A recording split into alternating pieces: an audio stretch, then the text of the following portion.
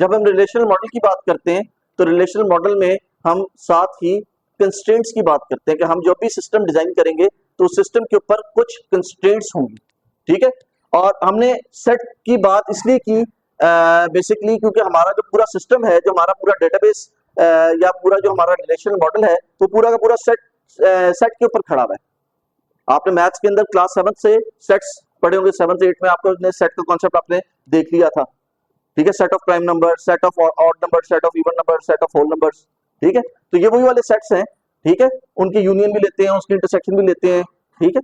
So sets के अंदर जो हमारी जो ये कह लें कि हमारा जो डेटाबेस है, जो हमारा रिलेशनल मॉडल है, उसमें कुछ कंस्ट्रेंट्स लगाई जा सकती हैं। अब ये कंस्ट्रेंट्स होती है वो तीन तरह की कंस्ट्रेंट्स में हम क्लासिफाई करते हैं। पहली कंस्ट्रेंट जो है उसे हम कहते हैं इनहेरेंट कंस्ट्रेंट, इनहेरेंट या इम्प्लिसिट कंस्ट्रेंट्स।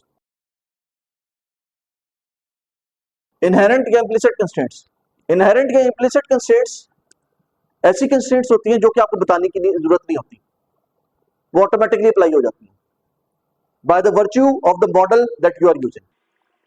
फॉर एग्जांपल आप कहते हैं कि जी इस क्लास में जितने लोग हैं they are all alive.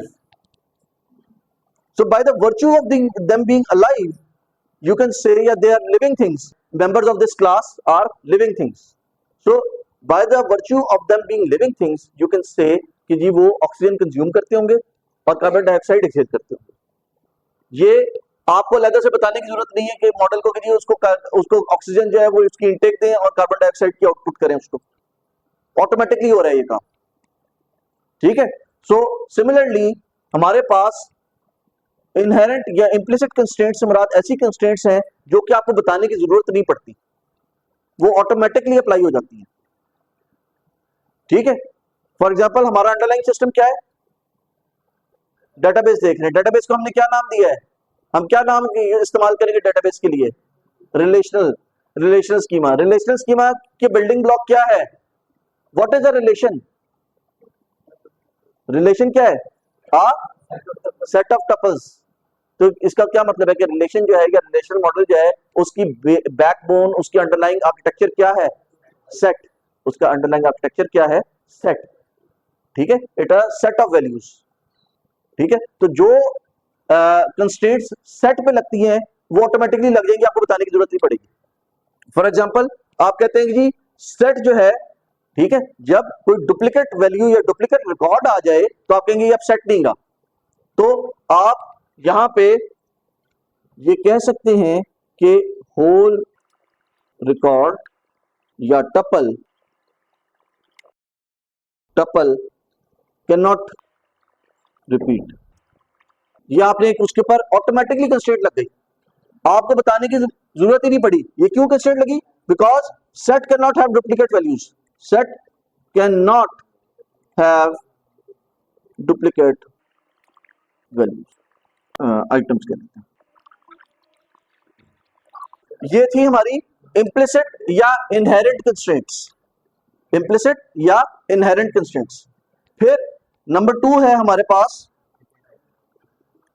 Explicit constraints. Explicit constraints ये ऐसी कंस्ट्रेंट्स हैं जो कि आपको डिफाइन करनी पड़ती हैं, बतानी पड़ती हैं कि इस चीज की इजाजत होगी या इस काम की इजाजत नहीं होगी, ठीक है। इस काम की इजाजत होगी और इस काम की इजाजत नहीं होगी, ठीक है। This is called explicit constraints. आप एक्सप्लिसिटली बता रहे हैं कि मेरा जो स्ट्रक्चर है उसमें ये चीज होगी या ये चीज नहीं होगी। फॉर एग्जाम्पल आप कहते हैं कि जी जो सबसे आसान कंस्ट्रेंट है that is domain constraint. Domain constraint से क्या मुराद है, डोमेन कंस्ट्रेंट से मुराद है कि किसी भी पर्टिकुलर एट्रीब्यूट के लिए कौन सी वैल्यूज वैलिड हैं। आपको डोमेन और रेंज याद है, जब हम सेट की बात करते थे, सेट के हम इनटू फंक्शन ऑनटू फंक्शन करते थे, उसके लिए हमारे पास डोमेन होती थी और रेंज होती थी और उससे हमारे पास ऑर्डर्ड पेयर्स बनते थे, ठीक है। सो हम यहां पे ये बात कर रहे हैं कि जो domain, what is domain, domain is the list of valid values for a particular place in the tuple. आप टपल का जो थर्ड कॉलम है, जो थर्ड आइटम है, उस पे कौन कौन सी वैल्यूज आ सकती हैं। फॉर एग्जांपल मैं कहता हूं कि जी मेरे पास थर्ड कॉलम जो है वो मेरे स्टूडेंट के जेंडर के बारे में बात करता है, तो what are the valid values, मेरे पास मेल या फीमेल आ सकते हैं, या एम या एफ लिख सकता हूं।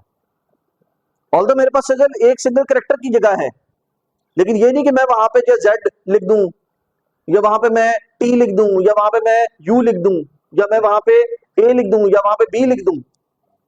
ठीक है, कोई रैंडम कैरेक्टर नहीं आ सकता। The value has to be either M or F, उसके अलावा कोई और नई वैल्यू नहीं आ सकती। एक और कॉलम है या एक और आइटम है, लोकेशन है, जहां पे मैंने मोबाइल फोन नंबर स्टोर करना है। So can any entry in there start with A से स्टार्ट हो सकती है कोई वैल्यू, क्यों? क्योंकि वो नंबर नहीं है, इसलिए इसका मतलब ए से लेकर जेड तक तो सारी एंट्रीज खत्म होंगी।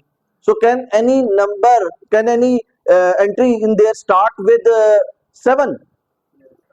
It has to be a 0. It has to be a 0. What about the second digit? It has to be a 3. 4 हो सकता है, ठीक है, mobile phone number of Pakistan, तो वहां पे 0 के बाद अगला वैल्यू 4 नहीं हो सकती। उसके बाद what about the third digit, can it be a 7? 035 है, 5 है, 5 किसका है? एसकॉम का, ठीक है। सो एसकॉम का 039, ठीक है। सो आपके पास सिर्फ कुछ वैलिड वैल्यूज है, आपके पास 0 वैलिड है, थर्ड पोजीशन पे 0 वैलिड है, 1 वैलिड है, 2 वैलिड है, 3 वैलिड है, 4 वैलिड है, 5 भी वैलिड है, और आपकी बात मानते हुए हम 7 को भी वैलिड मान लेते हैं, ठीक है। लेकिन 038 वैलिड नहीं है, या 039 वैलिड नहीं है। So the main constraint says what are the legal और valid, legal and valid values for an attribute.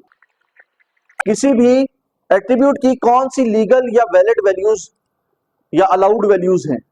For example आप एज का कॉलम लेते हैं और आपके पास स्टूडेंट का डेटा आ रहा है, आपने वहां पे इंटीजर वैल्यू स्टोर की हुई है, तो आप कह सकते हैं जी value has to be a 2 digit integer, -35 is a 2 digit integer, तो आप उसके ऊपर एक कंडीशन लगाते हैं, नहीं, it has to be valid, it has to be a positive value, value is 11।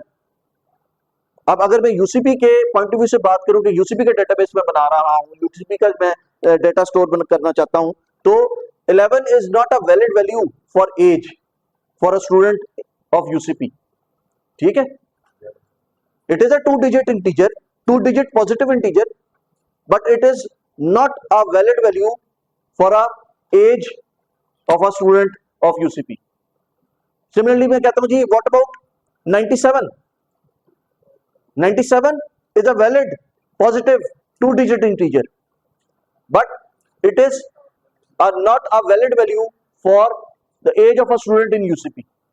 आप कहते हैं जी एज जो है वो शायद 17, चले बहुत भी आपने तीर मार लिया तो 17 से 30 के दरमियान में होगी, ठीक है। 17 से 30 के दरमियान में वैल्यूज है, only those values are legal and valid. इसी तरह आप जो है वो बात करते हैं कि जी एड्रेस की बात करते हैं या नेम की बात करते हैं, आप कहते हैं जी नेम, फर्स्ट नेम, सो आप वहां पे फर्स्ट नेम के अंदर एबीसी लिख दें, आपने कहा जी वहां पे एक स्ट्रिंग आ सकती है अप टू 20 कैरेक्टर्स लॉन्ग, तो वहां पे एबीसी ए से लेके वाई तक सारा कुछ लिख दें, A B C D F G H I J K L M N O P Q R S T U. Although हम ये कहते हैं कि जी हमारे पास फर्स्ट नेम जो है that is any string, that is a 20 character long string, लेकिन उसमें सिर्फ नाम के फील्ड के अंदर क्या आ सकता है, नाम के कॉलम के अंदर क्या आ सकता है, सिर्फ वो वैल्यूज जो कि वैलिड नाम हो, ठीक है, उनका वैलिड नाम होना जरूरी है, तभी आप ये कहेंगे जी यहां पे इनमें से कोई वैल्यू आ सकती है।